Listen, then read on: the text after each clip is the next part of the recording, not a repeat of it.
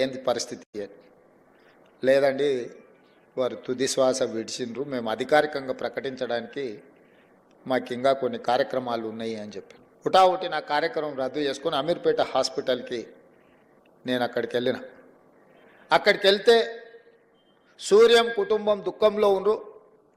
కొద్దిమంది అభిమానులు, ఎందుకంటే ఆ వార్త ఎవరికి పెద్దగా చేరలేదు. ఆనాటి ప్రభుత్వం పోలీసులను దించిండ్రు, పోలీసు వాహనాలన్నీ వచ్చినాయి, రోడ్లు క్లియర్ చేస్తుండ్రు. అన్న శవాన్ని అంబులెన్స్లో తీసుకెళ్ళి వాళ్ళ ఇంటి దగ్గర పెట్టి సాయంత్రానికంతా వారి దహన సంస్కారాలు పూర్తి చేసి, గద్దరన్న పుట్టిండు, గద్దరన్న గలం విప్పిండు, గద్దరన్న పోరాటం చేసిండు, గద్దరన్న ఈ సమాజానికి ఎంతో సేవ చేసిండు, గద్దరన్న మరణం ఈ సమాజానికి తీరని లోటని సమాజానికి చేరకుండానే ఈ కార్యక్రమాన్ని పూర్తి చేసి చేతులు దులుపుకోవాలన్న ఆలోచన రోజు చేసింది. నేను సూర్యంతో మాట్లాడినా, ఏం జరుగుతుంది సూర్యం అని. అన్నా నాకైతే ఏం ఆలోచన వస్తలేదు, నాకేం తడతలేదు, మీరు ఎట్లా చెప్తే అట్లా అన్నాడు.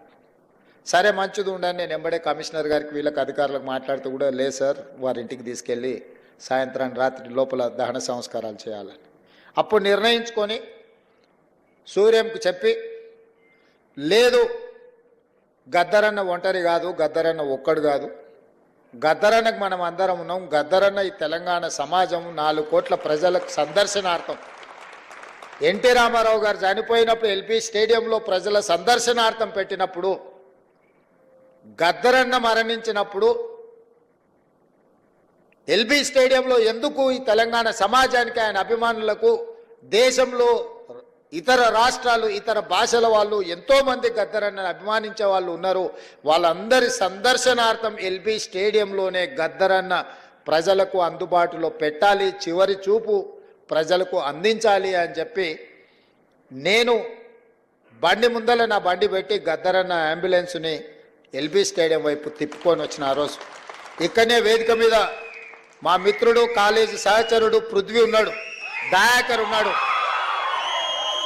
నేను చెప్పిన పృథ్వీ, ఏదేం జరిగినా గద్దరన్న ప్రజల సందర్శనార్థం ఎల్బీ స్టేడియంలో మనం పెట్టాల్సిందే, ఆ గేట్లు తెరవాల్సిందే అని. ప్రభుత్వం గేట్లకు తాళాలు వేసి పెట్టింది లోపలికి వెళ్ళకుండా. నేను కమిషనర్ గారికి చెప్పిన, గౌరవంగా మీరు తెరిస్తే మీకు గౌరవం ఉంటుంది, లేకుంటే గేట్లు బద్దలైతాయి, అనవసరంగా దీన్ని రాద్ధాంతం చేయకండి అని చెప్పిన.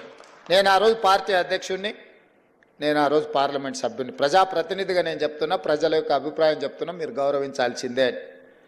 వాళ్ళు మీన మేషాలు లెక్క పెడుతుంటే ఆ తాళాలు తెరిపించి అంజన్ కుమార్ యాదవ్ని అందరినీ, సిటీలో ఉండే శ్రేణులు అందరినీ కూడా అక్కడికి పిలిపించి తెరిపించి, అక్కడికి అంబులెన్స్ తీసుకెళ్ళి అక్కడ పెట్టి అక్కడనే టెంట్ వేసిన